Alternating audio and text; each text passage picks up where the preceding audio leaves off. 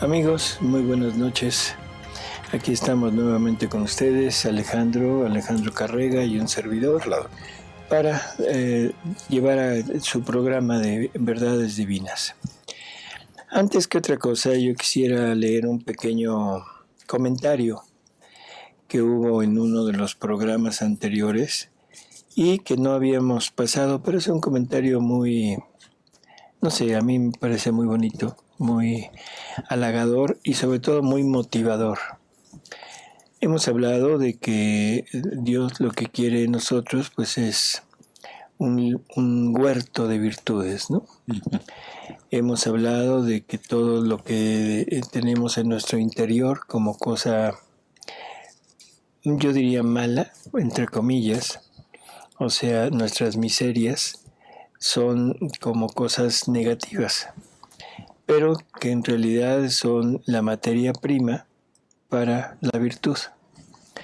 Una pareja nos escribió y nos hizo un comentario en donde es una persona que nos dice que ellos están casados por la iglesia y que en este camino de la divina voluntad han llegado a comprender que habiendo formado ya su familia, que ya no estando en edad reproductiva, que en realidad ahora han decidido por los dos llevar a cabo ya una vida de matrimonio pero en castidad. Me parece realmente muy hermoso y sobre todo que han entendido muy bien cuál es la parte final de este vivir en la divina voluntad y la parte final de lo que es nuestra vida en el mundo y de que cada cosa que tenemos tiene una función. Así que han decidido, como ya no están en etapa reproductiva y queriendo acercarse más a nuestro Señor, o sea, ahora ofrecen su castidad para penetrar más en la divina voluntad. Simplemente felicidades y ojalá que Dios siga premiándolos con el entendimiento de estos escritos, ¿no? Sí. Así que, yes. Adelante. Sí, la vida con Dios es mucho más grande que todo lo demás. Que todo lo demás, ¿no? Dice Liz, yo no entiendo qué significa el verbo encarnado. ¿Por qué lo llaman verbo? Bueno, el verbo es, si lo tomamos gramaticalmente, el verbo es una palabra que significa acción, ¿sí?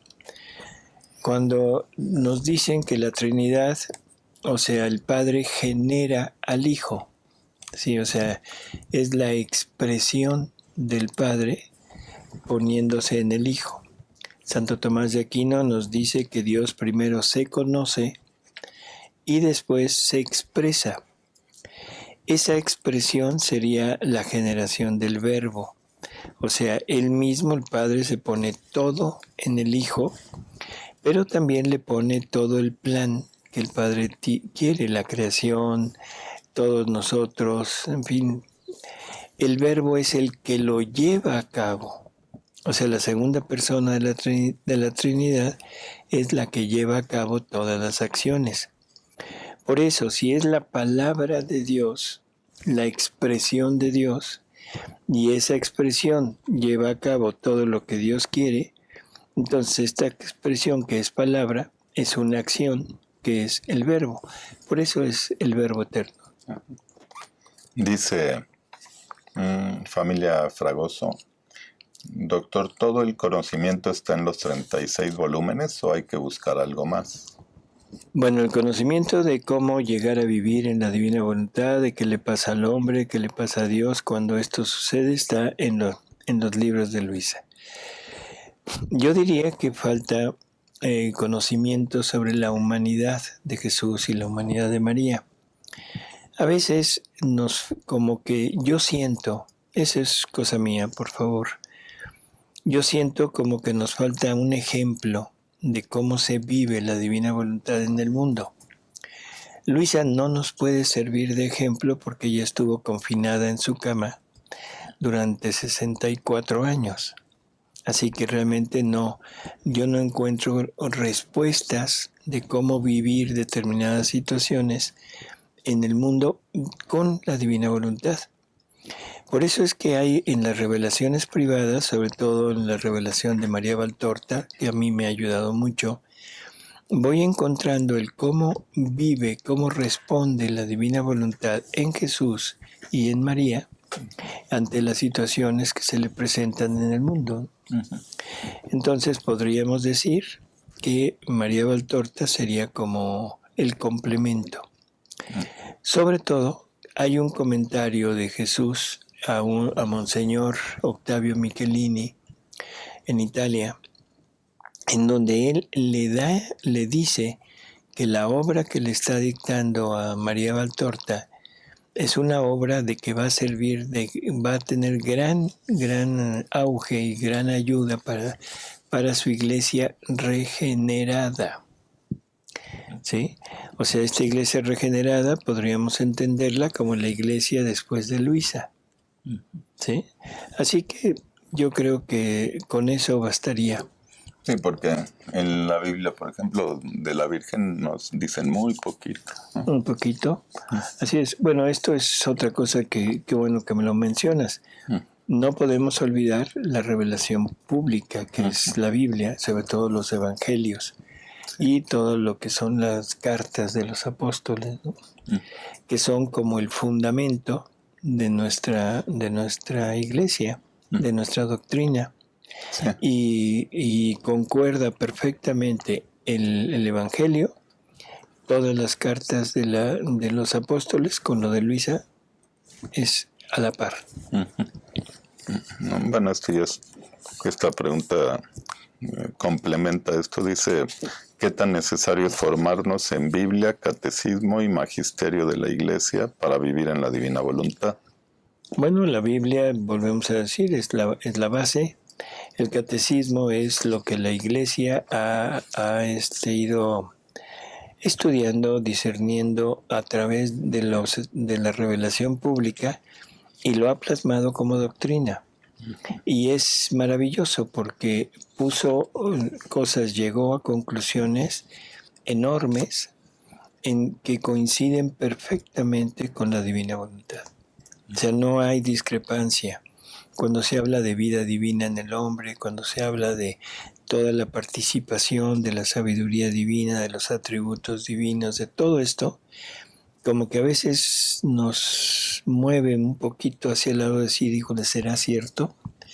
Pero si vamos al catecismo vamos a encontrarnos exactamente lo mismo, pero ahora en la doctrina de la Iglesia.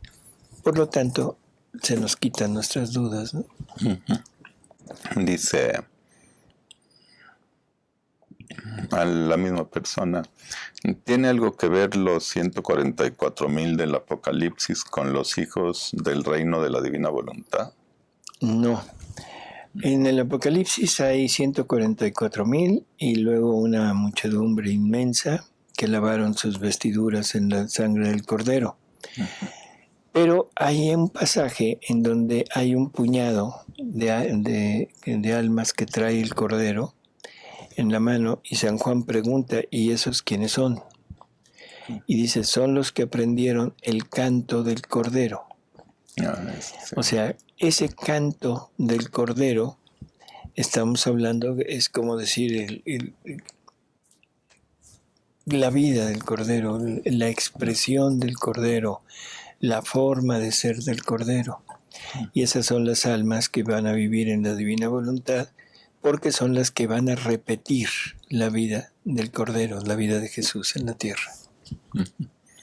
Dice José Luis, doctor, el ser arrojado Jesús al torrente Cedrón, ¿lo tomó con agrado?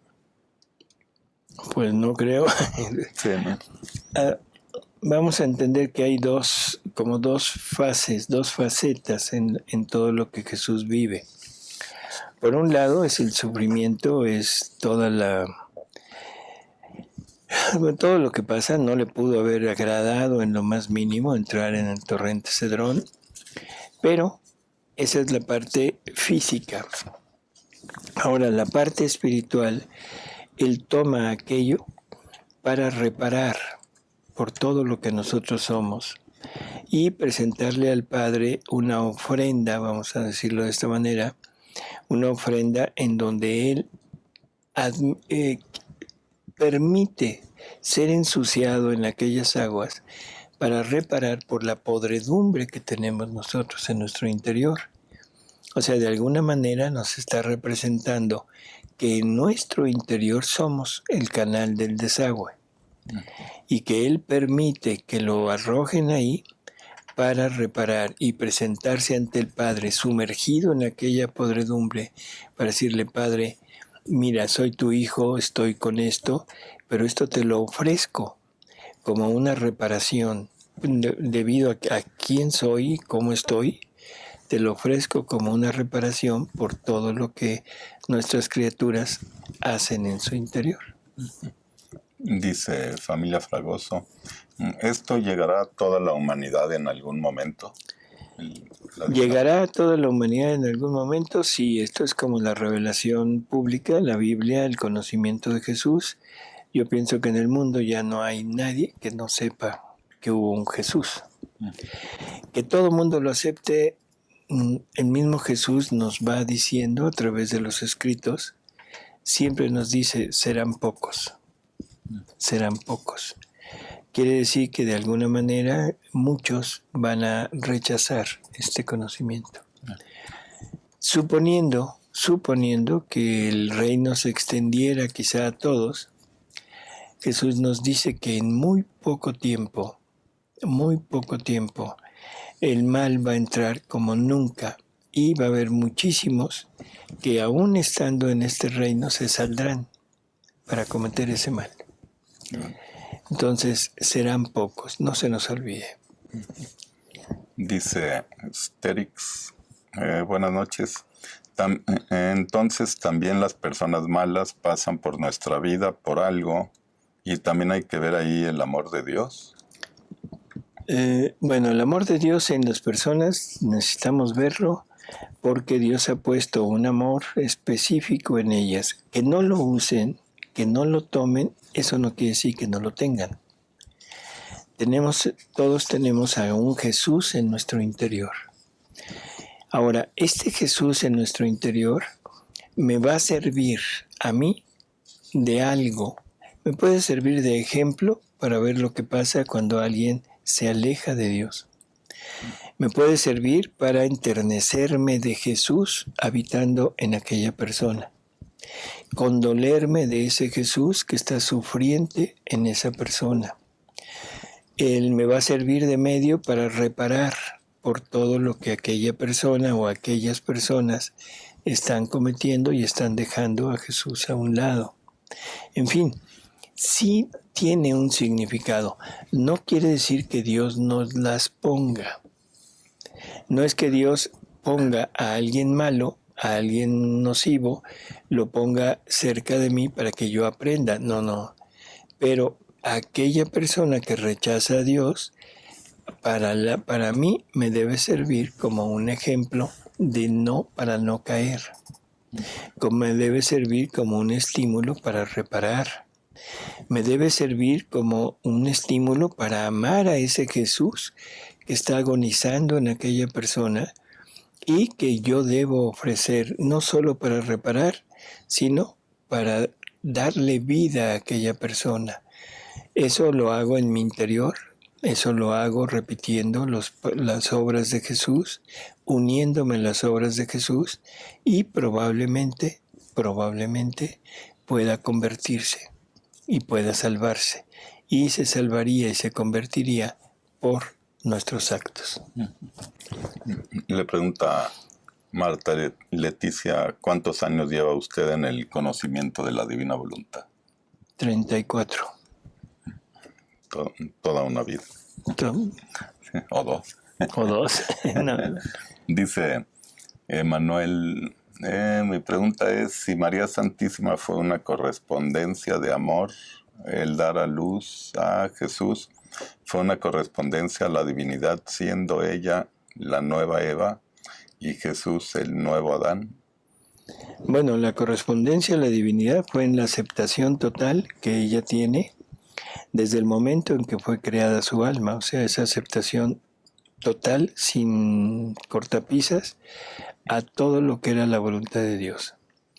En el momento de que se encarna el verbo en ella, cuando ella dice sí, es cuando en el tiempo, se concreta toda esa aceptación que había tenido en toda su vida, diciendo sí y el verbo encarnándose en ella.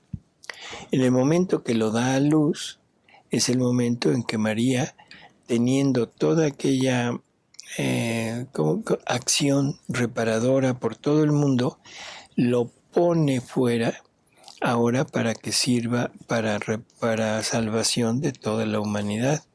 Así que yo creo que sí, o sea, es ¿cómo decirlo? Es reparación completa, ¿no?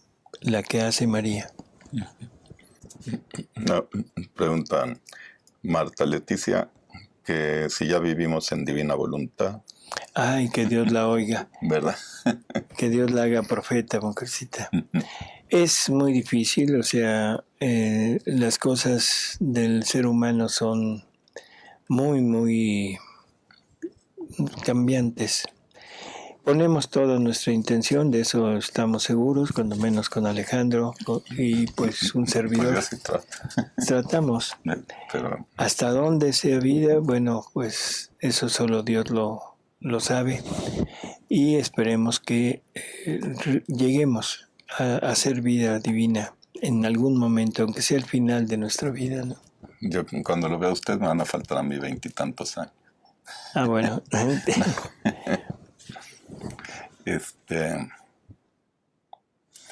Dice Juan Pablo, pone en fuga los demonios de encima de Corato porque ante tu forma crucificada no podrán resistir y se irán a otra parte. Mi pregunta ¿es posible no teniendo los dolores de la cruz, pero tomando la vida de Cristo y mi esposa, la de la Virgen, cuando trabajaba en vida igual, ir al cielo de la colonia encima del templo de la muerte para tener el mismo efecto, o es necesario tener los dolores de la cruz, o cómo le podemos hacer?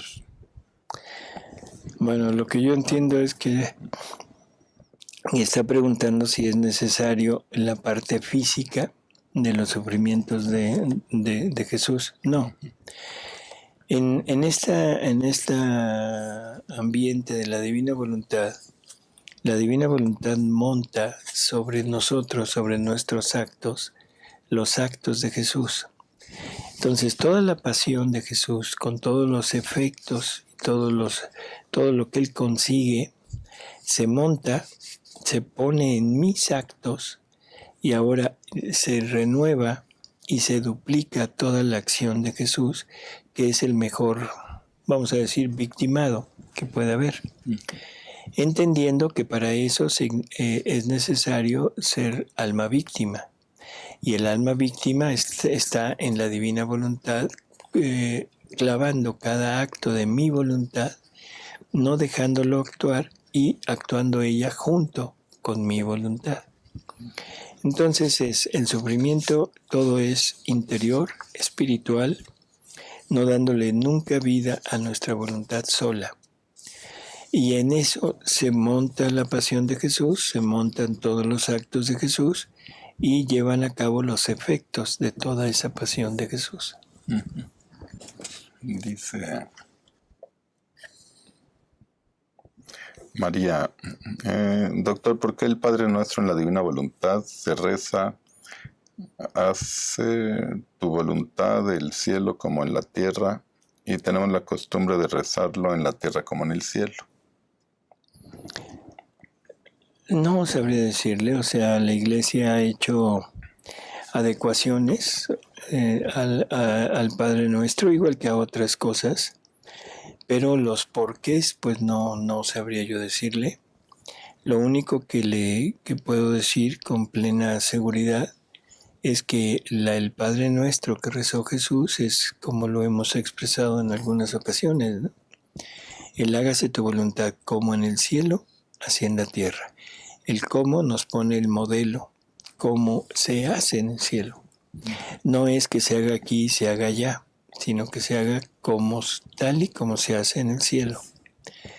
Y luego las otras pequeñas variantes, que son el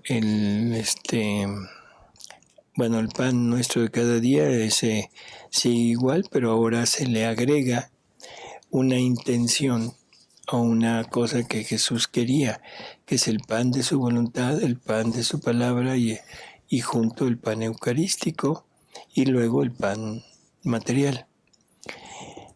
Posteriormente, el no nos induzcas a la tentación, no es no nos dejes caer, sino no nos induzcas. El no nos induzcas suena mal, porque todo el mundo dice Dios no me puede inducir a la tentación. Efectivamente no me induce, pero si no me da el pan de su palabra, de su voluntad, el pan eucarístico y el pan material, me pone en ocasión de a veces llegar incluso a delinquir para poderlo obtener. Entonces por eso es que primero vienen las peticiones del pan y luego decirle, Padre, dámelo, porque no vaya a ser que mi concupiscencia me lleve al mal, o sea, por no tener esto, que se entienda esa moción. Y luego líbranos no del maligno, digo no del mal, porque el mal no existe, el mal es la acción del hombre quitando el bien, entonces el mal no existe por sí mismo, pero líbranos del maligno que me incita a llevar a cabo el mal, a hacer el mal. Y puede ser el maligno de afuera, que es el demonio, o el maligno de adentro, que es mi voluntad. Había una parte que ya había leído de Manuel arriba para... Esto es lo que pasa, que estaba muy larga la pregunta. Decía Emanuel, buenas noches. Mi pregunta es si María Santísima fue una correspondencia de amor, el dar a luz a Jesús, pero va unida con tres preguntas. Fue una correspondencia a la divina voluntad, siendo ella la nueva Eva y Jesús el nuevo Adán. ¿No es también la correspondencia que la Trinidad quiere, como si no hubiera habido pecado original, si Adán se sintió amado? Y la correspondencia culmen intuyo que sería, vida me has dado, ahora vida te doy, como la semejanza con la Trinidad amorosísima en ser procreadores. Ese es uno de los puntos claves de todo esto. O sea, Dios quiere tener muchos hijos similares a Él. Y ya hemos hablado de cómo se lleva a cabo esto. O sea, esto se lleva por medio de Jesús en la criatura. Pero para que Jesús esté en la criatura se necesita la criatura. Entonces, Dios pone la parte espiritual, Dios pone la parte divina y al hombre, a nosotros nos toca poner la parte humana. Entonces podríamos decir que somos socios en esta gran obra de la creación o de la multiplicación de los hijos de Dios en la tierra. ¿Sí? Dice, ¿es erróneo pedir solo por una persona en divina voluntad, ya que se pide por toda la creación? Acorde al volumen 11, volumen 14. Es erróneo. Yo diría que no tanto. Lo que pasa es que la divina voluntad no hace particularidades. Dice Jesús que se puede pedir por alguien, es exclusivo, sobre todo si es por agradecimiento, porque dice, a mí el agradecimiento me mueve mucho. Dice, pero de ahí, de esa particularidad, extenderlo a la totalidad de las personas, porque mi divina voluntad es extensiva a toda la familia humana. Pregunta Wendy que si Luisa ya está beatificada por la Iglesia Católica. Todavía no, ella es sierva de Dios, y está en proceso la causa de beatificación de ella. Dice Tito, Dice, doctor, que el reinado de Jesús debe durar 40 siglos. ¿Acaso en el credo nosotros no decimos que su reino no tendrá fin? Sí, pero es 40 siglos de su reino en la tierra. El reino de Dios es un reino eterno, es un reino que durará para siempre, pero el reino de Dios en la tierra durará 40 siglos. Jesús nos habla en ocasiones de que una vez que el alma muere, que la persona muere, su alma se va al cielo de su humanidad y que ahí estará un tiempo determinado, no sabemos cuánto, y que cuando ya esté preparada, haya adquirido todo el conocimiento que contiene la humanidad de Jesús, en ese momento pasará al cielo de la divinidad. Lo podríamos poner como el reino de la divina voluntad, que sería el primero, y una vez teniendo ese reino, una vez que ya lo hayamos tenido, conocido, disfrutado, hecho vida en nosotros, entonces pasaremos al reino de la divinidad. Así que esa es la diferencia. Recuerde que va a haber un final de del tiempo. No de los tiempos que es sino del tiempo en que todo acabará. Y ese todo acabará también el reino de Dios en la tierra y lo continuaremos en el cielo. Dice Andy, doctor, en la iglesia a la que asisto se van a empezar a hacer horas santas todos los viernes y además de sanciones espirituales y físicas. ¿De qué? ¿Sanciones? Sanciones espirituales y físicas. Serán sanaciones, ¿no? Pero si la palabra salió sanciones, porque la vuelvo a repetir acá abajo. Dice, sanciones espirituales y físicas, puedo asistir sin que mi intención sea reducir estas sanciones y solo por vivir una hora santa en divina voluntad.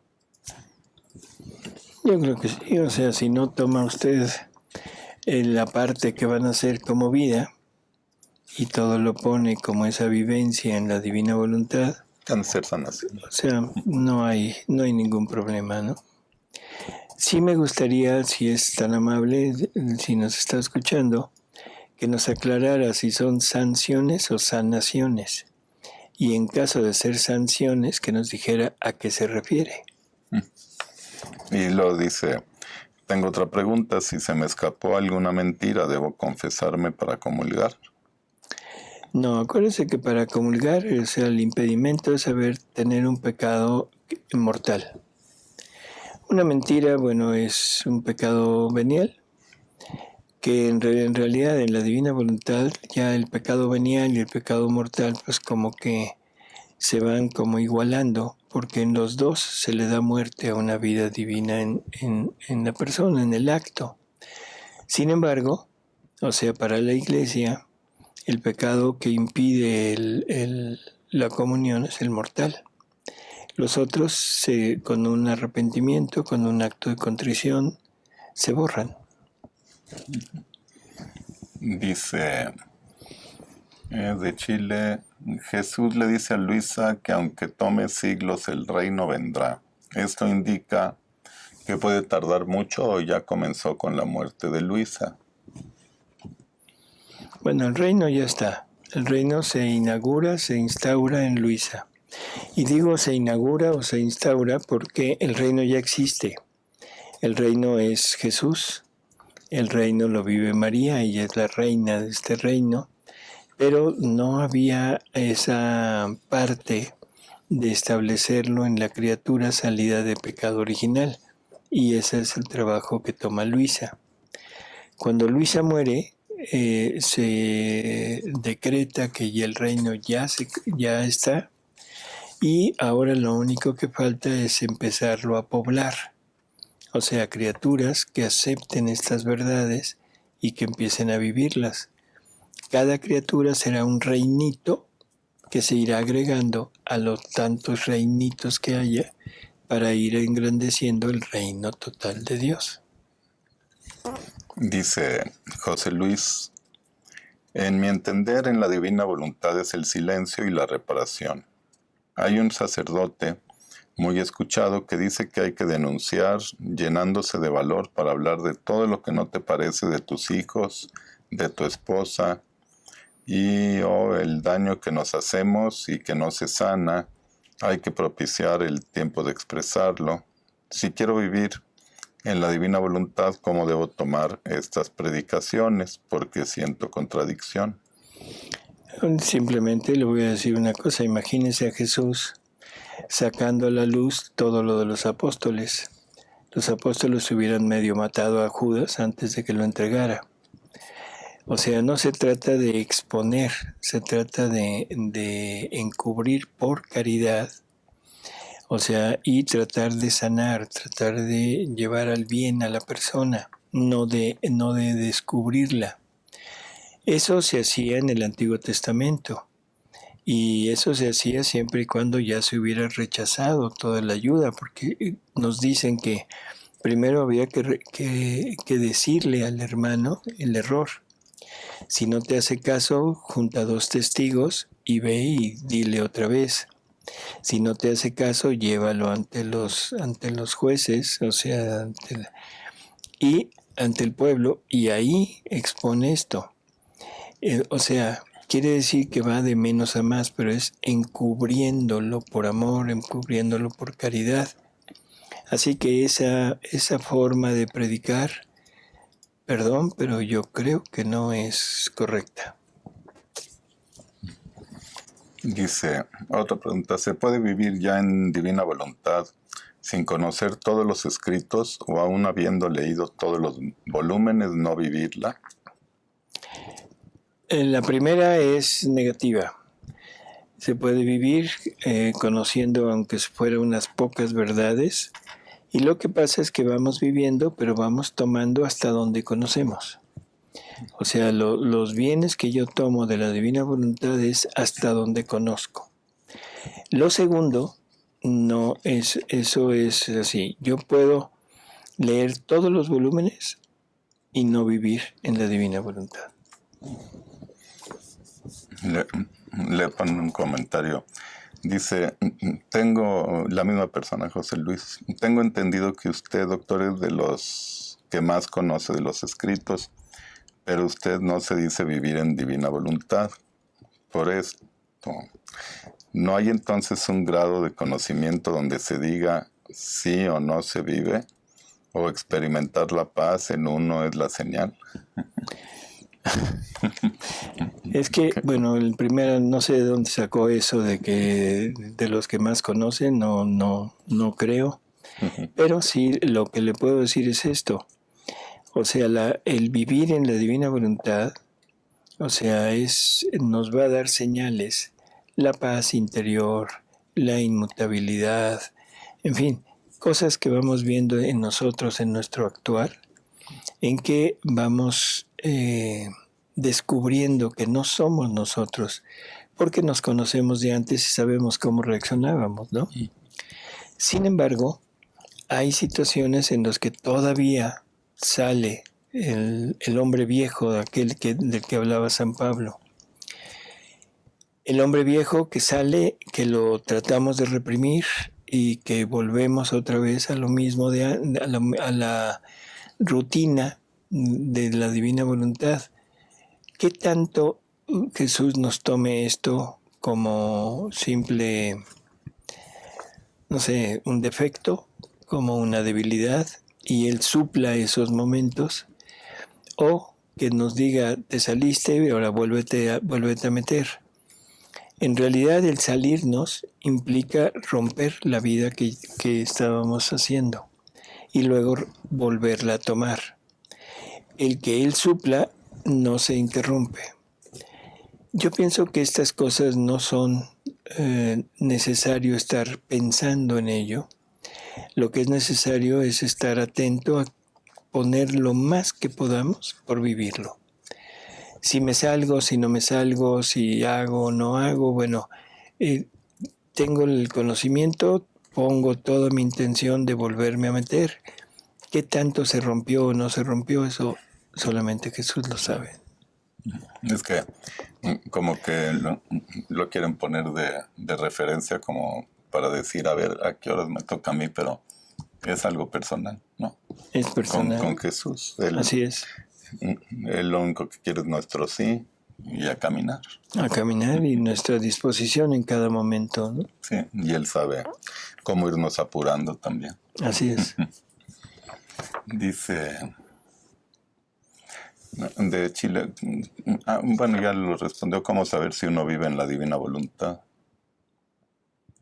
Luego dice Manuel, Santa Hildegarda, Cardenal Alessio, Melupicier y el mismo Jesús hablan sobre la no libidine, que esto sería, en vez del placer animal sexual, sería entonces amor de procrear como semejanza del Creador. Bueno, el hecho de no haberle comunicado a Adán y a Eva este conocimiento era para primero solidificarlos en la gracia, en la divina voluntad, que pasaran la prueba, que Eva adquiriera también la divina voluntad y después darles a conocer las maravillas de esta participación de toda la finalidad de Dios. Y entonces lo que nos hubiera llevado a esta parte de procrear hubiera sido el deseo de procrear, hubiera sido esta sensación así de gozo de participar en la procreación, la cocreación de un nuevo hijo de Dios, ¿no? Y esa libidine, esa búsqueda de placer, que es lo que tenemos en la actualidad, hubiera quedado totalmente anulada, ¿no? Dice René, dice en el libro 11, enero 22, 1913, dice Jesús que habría muerto de verdad si la voluntad del Padre hubiera llegado a que yo muriera.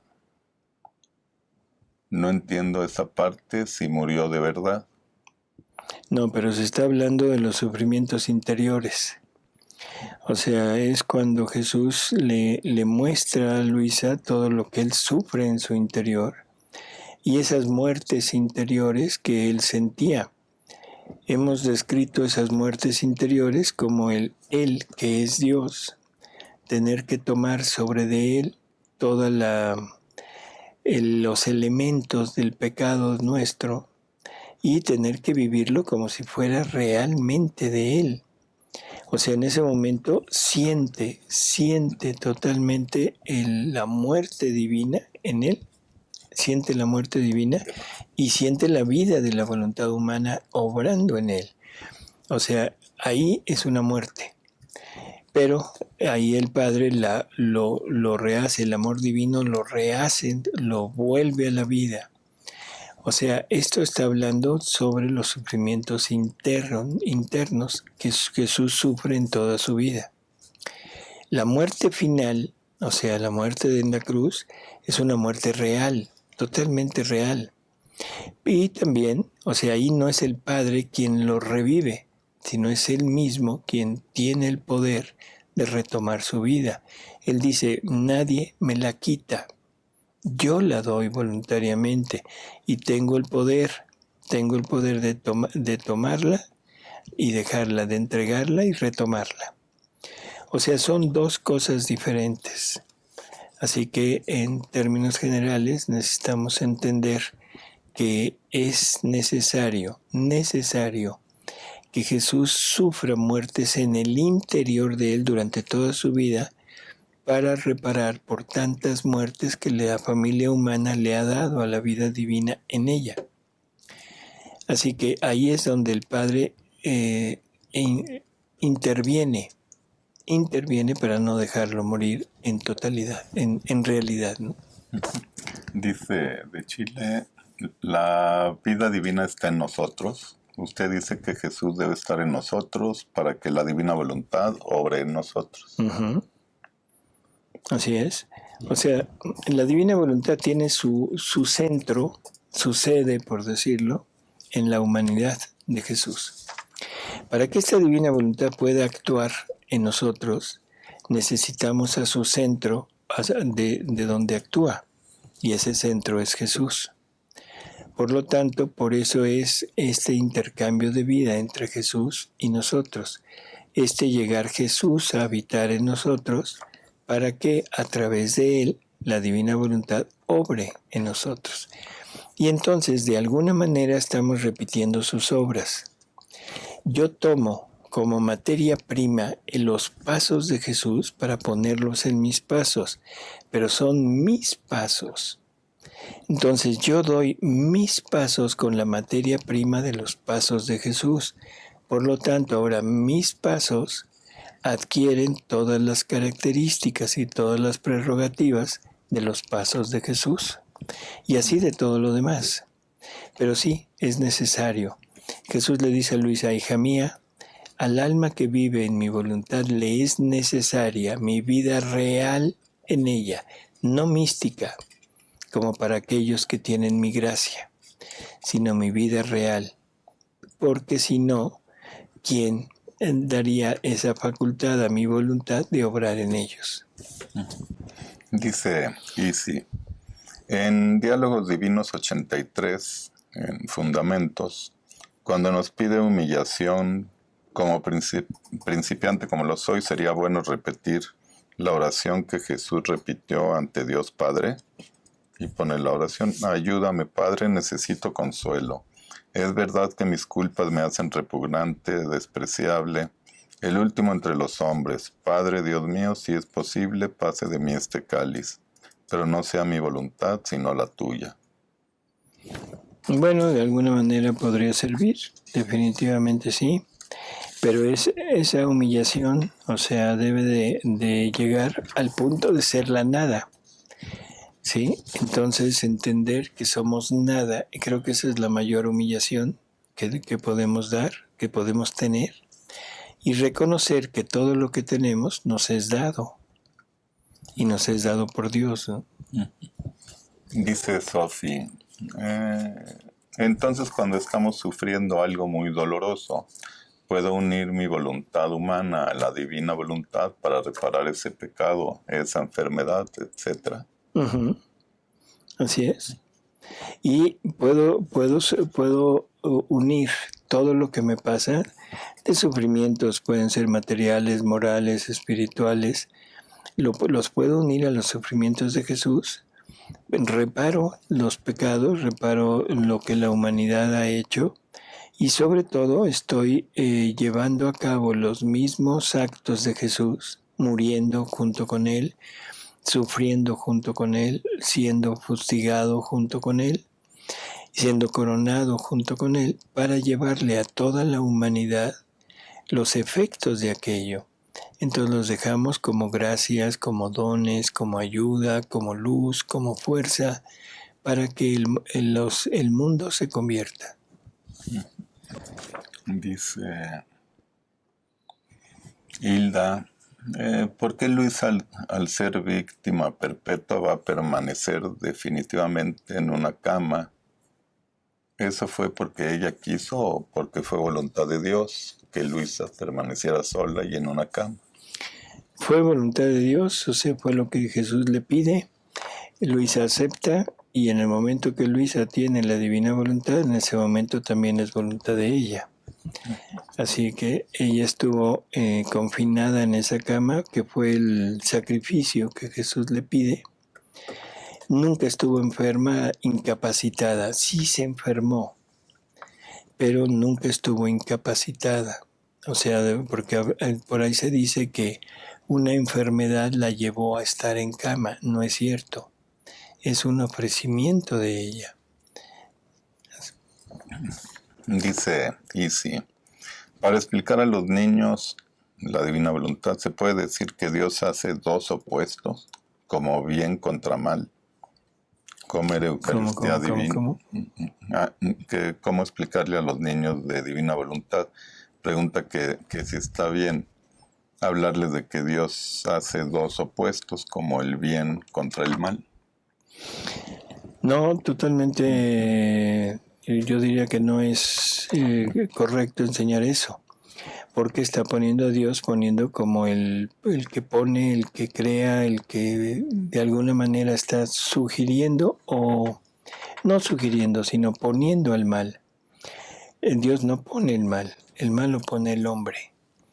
Ahora, hay que poner el sufrimiento, o sea, la maldad, la podemos poner a los niños, entender como lo que el hombre le hace a Jesús. Sí, lo que el hombre ha hecho a los bienes que Jesús le otorga y qué es lo que ha usado, qué es lo que ha puesto en él. O sea, pero no es el hombre, no es el mal puesto por Dios o el opuesto puesto por Dios.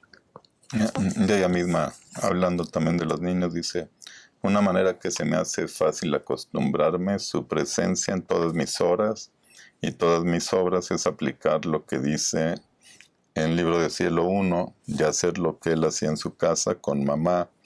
Todo es para gloria de Dios y en cada pensamiento me imagino su venida o que ya está aquí junto a mí. Es más o menos como se lo puedo transmitir a los niños. Eso está muy bien, así es. Dice Familia Fragoso: ¿cómo explicar la era prehistórica, la edad de piedra y demás a mi hija? Ya que desde Adán son 6,000 años y según la ciencia el cavernícola tiene mucho más. Aquí vamos a hacer una reconsideración. Los 6,000 años son negociables. O sea, negociables en el sentido de que, bueno, Jesús habla de 6,000 años. Debemos entender que son 6,000 años. Bueno, sin embargo, en la Biblia nos hablan de que un día para Dios es igual que 1,000 años. Jesús nos dice que hizo la creación en 6 días, pero que cada día no son 24 horas, sino que es tiempo en que se obra, tiempo en que se lleva a cabo algo. ¿De cuánto tiempo estamos hablando? Un día, pues pueden ser, en tiempo terrestre puede ser un día o pueden ser 1,000 años. No es problema. Es Dios actuando. ¿Se opone totalmente a la ciencia? Sí, definitivo. Pero hay que entender que es el hombre, no el mundo. El mundo puede tener los millones de años que quieran. Pero el ser humano, así como somos, como dice Jesús, son 6,000 años.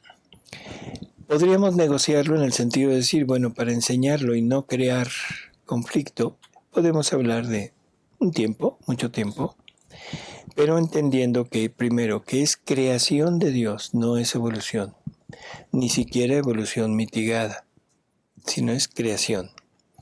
Que Adán y Eva son seres reales, no son figuras, no son pueblos, sino que es una realidad, una pareja, un ser humano que es individual y que es el que tiene a su cargo el llevar a cabo todo lo que Dios quiere en la familia humana.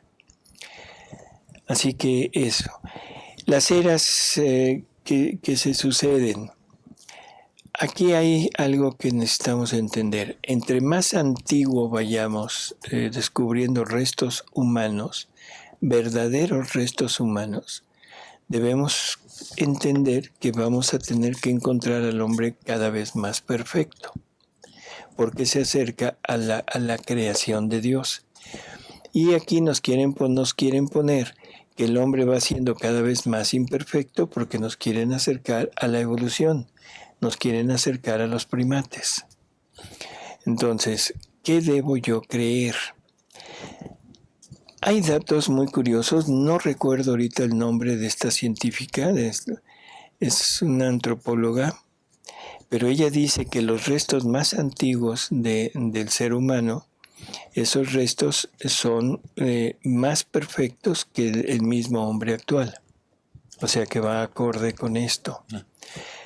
Esos seres que hubo en la prehistoria de aspecto cavernícola, Jesús nos habla de una degeneración de la raza humana, en donde la raza humana tiene uniones carnales, pero uniones carnales con animales. Y nos dice que de esas uniones salieron esos gigantes de los que habla la Biblia, salieron esos seres famosos, de gran fuerza, de gran estatura, en fin, o sea, pero son simples revelaciones muy escuetas, o sea, que no nos dan algo así tajante para decir, esto es. Entonces, punto central, creación de un solo hombre y una sola mujer, no pueblos. Creación en un hombre donde puso su vida divina para que pasara la prueba y que fuera el cabeza de misión para toda la familia humana. Que la finalidad de la creación era tener a ese hombre como un ayudante en la obra de poblar el mundo con hijos de Dios. O sea, hijos que le pudieran redituar en amor, en gloria a Dios, a la divinidad.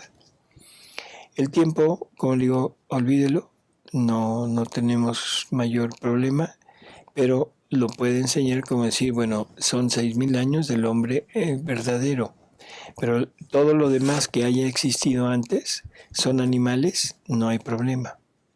Sí. Difícil realmente, difícil poder entablar esto, pero creo que el punto clave es una sola pareja, un solo hombre que lleva a cabo la misión de tener este reino de la divina voluntad en él, que por él entra el pecado en el mundo porque no pasó la prueba, de que por él es necesario que la venida del Verbo Eterno encarne a este mundo, ya no sea para reinar, sino primero tiene que venir a redimir, tiene que venir a sufrir para salvarnos y luego volver a entablar ese trabajo de formar su reino. Yo creo que eso es lo fundamental. Dice de Chile, ¿qué perdió Adán? ¿La vida divina y la divina voluntad? ¿Qué hace el bautismo que se recupera? ¿Qué hace el bautismo? Nada más recupera la vida divina, el germen de vida divina. Pero es una vida divina que el hombre tiene que hacer crecer con sus propios medios. Por lo tanto, no es una vida divina que crezca en plenitud. O sea, tiene que crecer por medio de las virtudes, por medio de la gracia, pero nunca llegará a una vida divina obrante en la criatura. ¿Y qué perdió? Perdió vida y voluntad. ¿Qué recupera el bautismo? La vida. ¿Qué recupera el reino? La voluntad. Y él mismo pregunta que si Adán era otro Jesús. No, Adán es una criatura. ¿Está Jesús en él? Sí. ¿Está la divina voluntad en él? Sí. De alguna manera, que esto también no entendemos muy bien, en la eternidad no hay tiempo. Por lo tanto, este Jesús que vino miles de años después, o sea, estaba presente en el momento de la creación de Adán, ¿sí? Porque en la eternidad ahí estaba ya la humanidad de Jesús. Todo fue hecho en él, por él y para él. Así es. Dice Leonor, reparar es pedir perdón en nombre de e impetrar amor en tomarlo de Jesús y ofrecerlo al Padre. Así es, tomarlo de la divina voluntad y ofrecerlo por medio de la divina voluntad, ofrecérselo al Padre, pero a nombre de la criatura o de las criaturas. Dice María Sara, doctor, ¿qué es la inseminación in vitro e implantar el feto en otro vientre que no es tuyo porque no tiene las condiciones para tener un bebé? ¿No es voluntad divina? Son todos los dilemas morales que hay en esto de la inseminación artificial. Yo lo primero que le diría es deberíamos de rechazar totalmente esto, porque lo primero que sucede es que hay embriones que son sacrificados. O sea, no se fertiliza un óvulo, sino hay varios óvulos que se ponen en ese caldo de esperma y se fecundan varios óvulos. El que va mejor en desarrollo es el que se implanta, pero los otros o se congelan para estudios o simplemente se desechan. Pero hay que recordar que esos embriones ya tienen alma. Dios ya creó un alma. Entonces, desde ese punto de partida, la inseminación artificial es total y absolutamente contraria. Y luego el juego de, bueno, es mío, pero se lo pongo a otro y luego ese otro va a querer, en fin, 1000 problemas que se generan a nivel afectivo, a nivel emocional, psicológico. Pero el punto clave es, no es voluntad de Dios que haya abortos, porque esos son abortos. Dice René, en el libro 11 de marzo 16 de 1903, dice: hija mía, cuando el alma reza con fervor es el incienso con humo. En cambio, cuando reza fría, pero sin que haya hecho entrar en ella alguna cosa extraña, bueno, dice, mi pregunta es, ¿cómo es rezar fría? Bueno, rezar fría no... toma usted una bolsa de hielo. No es cierto. Se la pone encima. No, el fervor, bueno, se entiende, es cuando dentro de nosotros existe ese movimiento de acercamiento, de sentimiento de querer estar, de querer rezar y todo. Frío es cuando no tengo ese deseo, cuando me siento que no me sale nada, me siento como seco en mi interior. Eso es rezar frío. Pero ahí en ese momento es cuando realmente me estoy forzando y estoy tratando de cumplir lo que debo hacer y lo hago. Y ese es el incienso sin humo, el que no lastima los ojos. El otro, como es motivado por mi fervor, podríamos decir que es en parte es gusto mío y no tanto por alabar o por halagar a Dios, sino es porque yo me siento llevado a eso. Ahí lleva algo de humano y ese es el humo que lastima los ojos.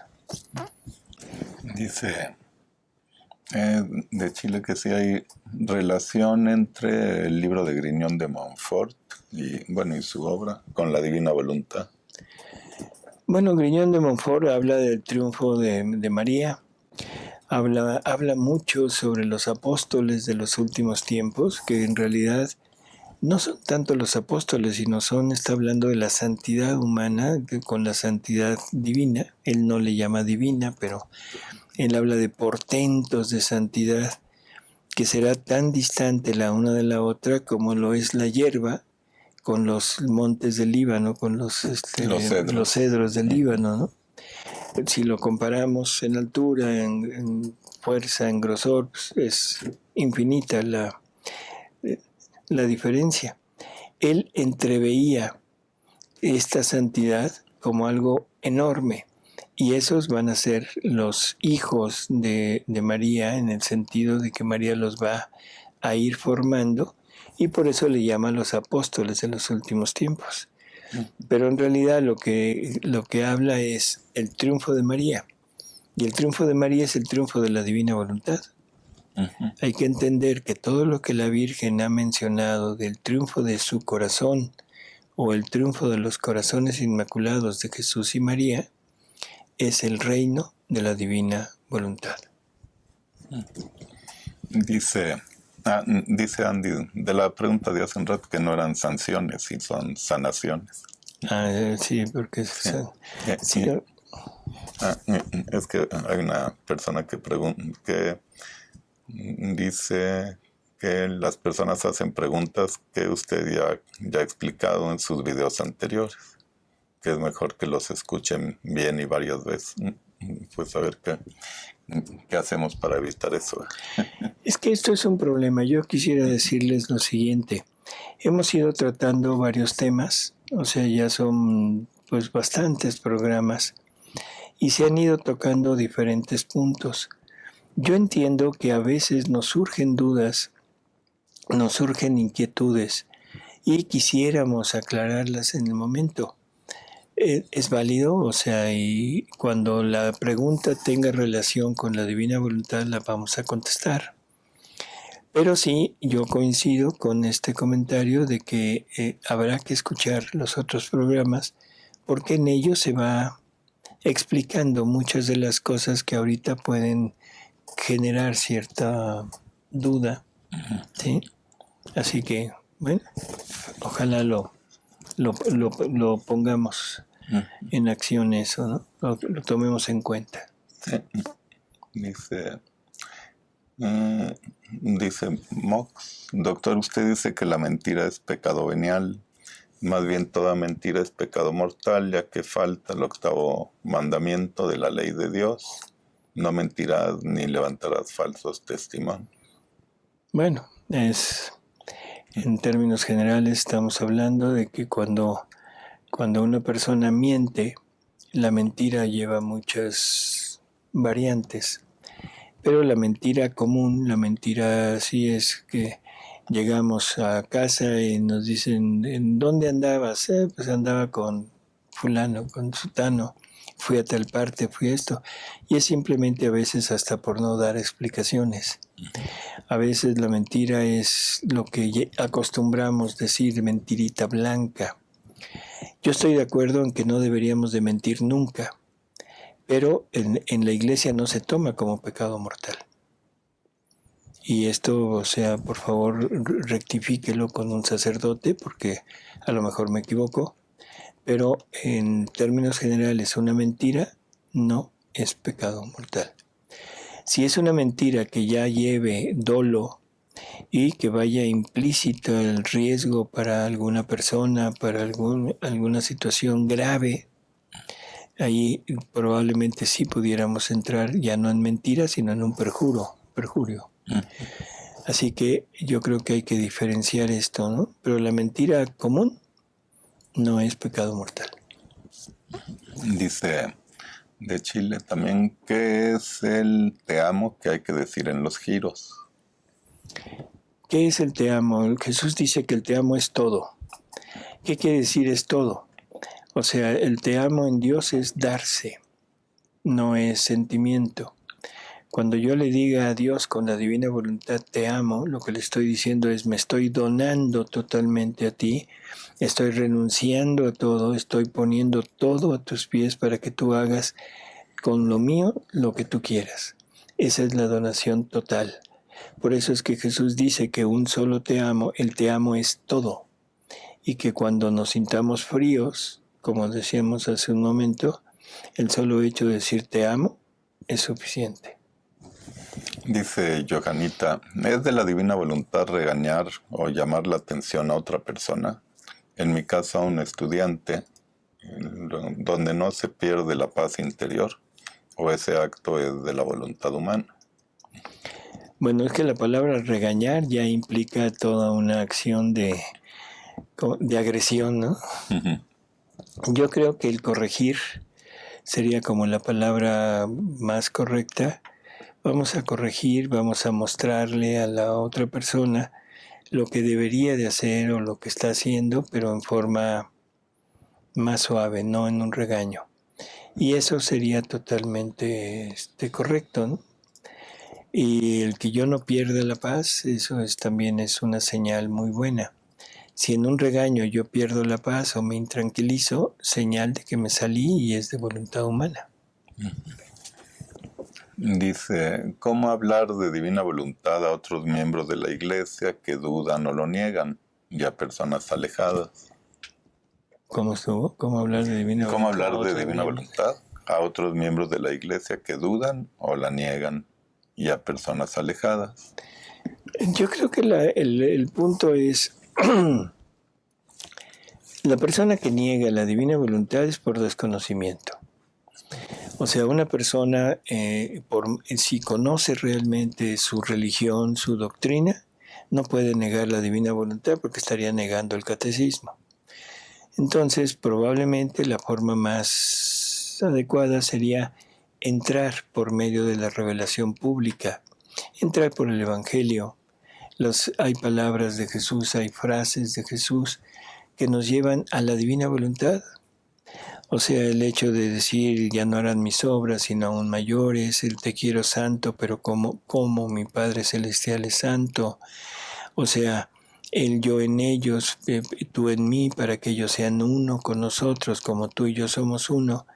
Son frases que nos tienen que hacer pensar que hay algo más de lo que conocemos.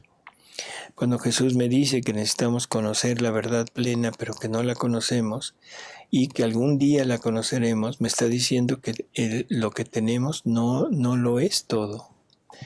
Cuando San Juan me dice que ya somos hijos de Dios, pero que lo que yo debo ser no lo conozco, y que lo voy a conocer cuando Jesús se nos presente y lo veamos tal cual es, quiere decir que el ser hijos de Dios no lo es todo, que hay algo más.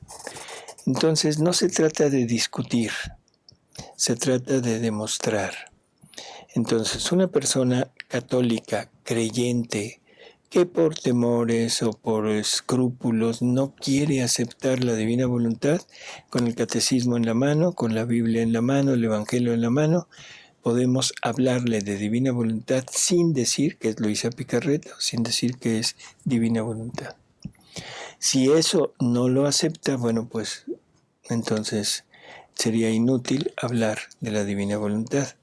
Pero si eso lo acepta, entonces debemos entender y decirle, mira, es que eso es esto. Esa sería como mi recomendación, ¿no? Ahora, a los no creyentes, a los que no quieren creer, bueno, pues no hay forma de poder llegar. Y eso es con mucha oración y muchos actos en la divina voluntad, probablemente podamos llegar y tocarlos en el interior, ¿no? Sí. Jesús dice en una lectura, a quien se oponga, no derroches mis obras, no sabes si es plan mío que se convierta más adelante para obtener más fruto. Así es. Bueno, amigos, pues... Nos saluda el Padre Dengo. Mi bendición para ustedes y todos los que los escuchan. Muchas gracias, Padre. Muchas gracias, Padre. Y bueno, pues tuvimos mucho gusto en estar con ustedes. Es más, voy a aprovechar que está el Padre Dengo con nosotros, nada más para que nos diga si la mentira es pecado mortal, sí o no. O sea, si es que pudiera nada más ponernos sí o no. Uh-huh. Esperamos su respuesta y si no es ahorita, en próximos programas podremos ponerla. ¿Sí? Y pues muchísimas gracias y perdón, Padre, por abusar de usted. Gracias a todos. Hasta luego, amigos. Gracias, doctor. Alejandro.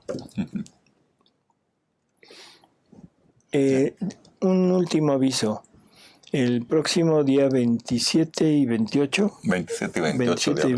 de abril tendremos un retiro en Cancún. Los carteles, la información, la invitación está en la página de Tercer Fiat o está en la página de Facebook de la mía, de Salvador Tomasini. Los esperamos sin traje de baño. Gracias. Hasta luego. Hasta luego.